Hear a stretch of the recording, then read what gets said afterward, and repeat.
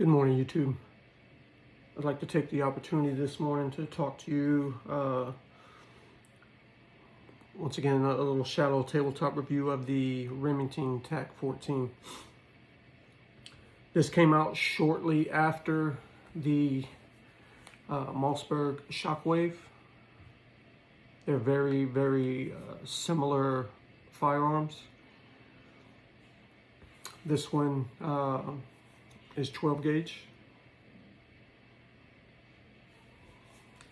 It's just over 6 pounds. It measures just over 26 inches total length.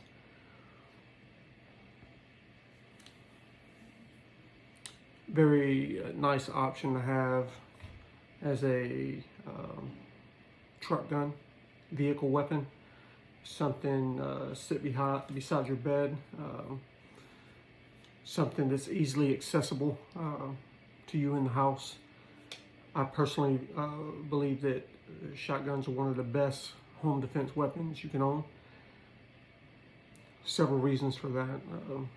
One is, if you're defending your home, you usually have your family in there, and if you jump up with an AR or AK or something like that, nobody in the house is completely safe unless you're on target every time.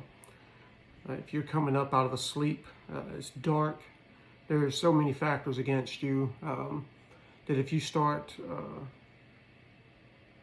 firing on an enemy, a home invader, in some type of firefight, and the adrenaline's going, that even if you're well trained, you're not at the top of your game. And if any rounds are off target, 7.62, 300 blackout, 5.56, that stuff just rips through drywall like it's wet paper. And so anything on the other side is in danger. But a shotgun with birdshot, double aught buck, chances of it just completely going through your house is slimmed down quite a bit, and you still have the ability to neutralize a bad guy. So for that reason, I advocate for shotguns as a home defense weapon, as well as the deterrence factor. You rack a shotgun and most people are going to piss themselves and leave. Of course, that's not what we always want. But it does work for your wife or someone like that that just wants to be free of danger. So, TAC 14 Remington. Like I said, just over 26 inches, just over 6 pounds. And when you get it, it comes with the tube capacity of 4 with 1 in the chamber. So 5. In comparison to the Mossberg shockwave, it comes with 5 plus 1 from the factory. So you get 1 extra round.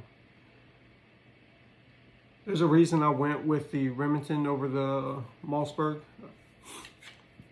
And one of the main reasons is the receiver is made of steel, and not the aluminum alloy that the shockwave is.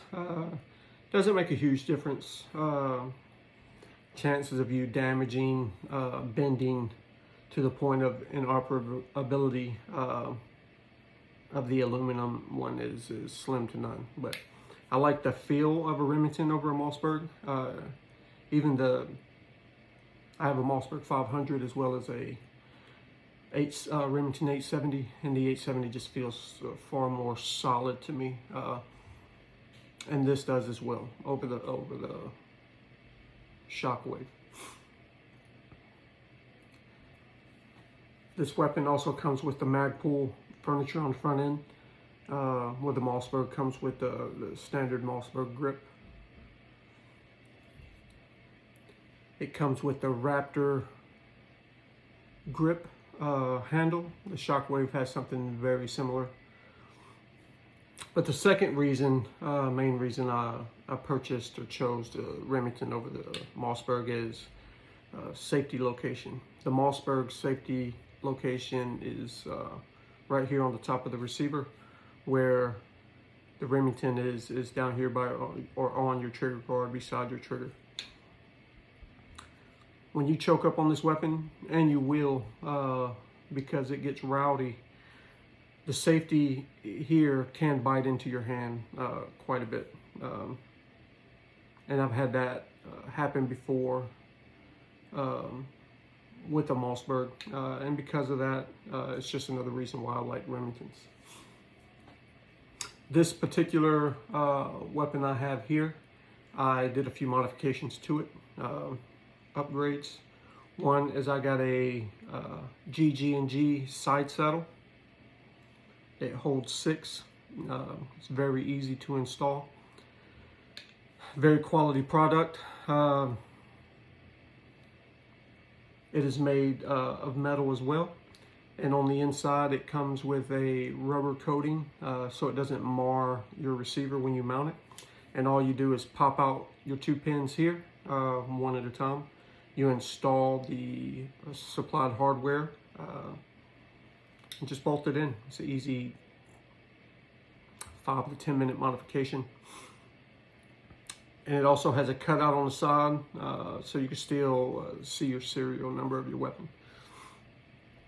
Very, very good to have. So whatever you're running in your tube and chamber, you have 6 more rounds easily accessible. It's a must-have mod, in my opinion. And I believe I paid $70 for this side saddle. Well worth the money. Also on the grip, I always think about, you know, if you're in a hard use situation, you're sweaty, your blood on your hands, whatever, are you still going to be able to handle the weapon? And while it comes with this Raptor grip, it is not very grippy. So I threw a Pacmeyer rubberized stretch grip on top of it, and then I wrapped it with Goon tape, hockey stick tape, whatever your preference is.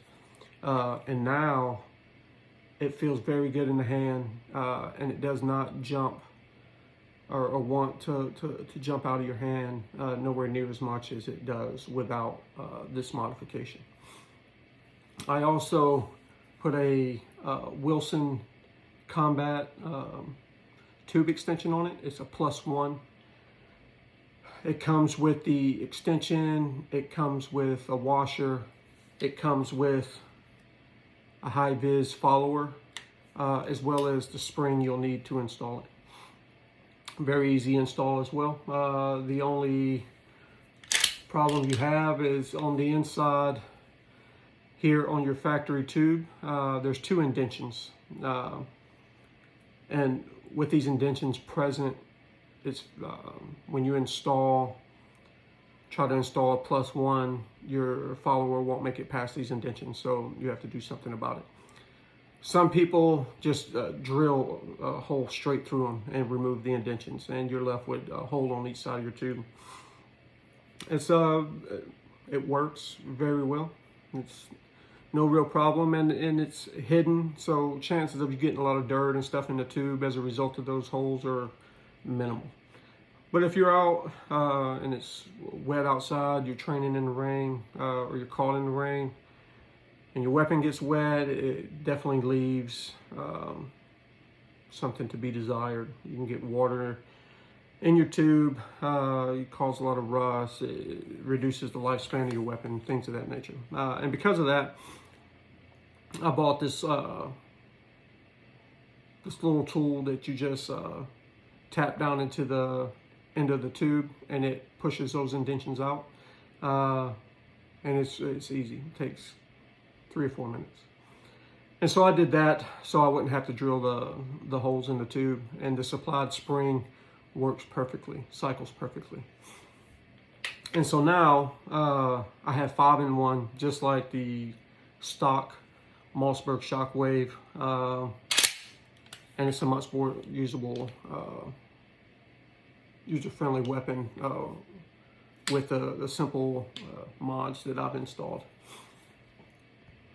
One other thing, the shockwave comes with this little nylon strap that keeps the weapon from jumping out of your hand when you're firing it.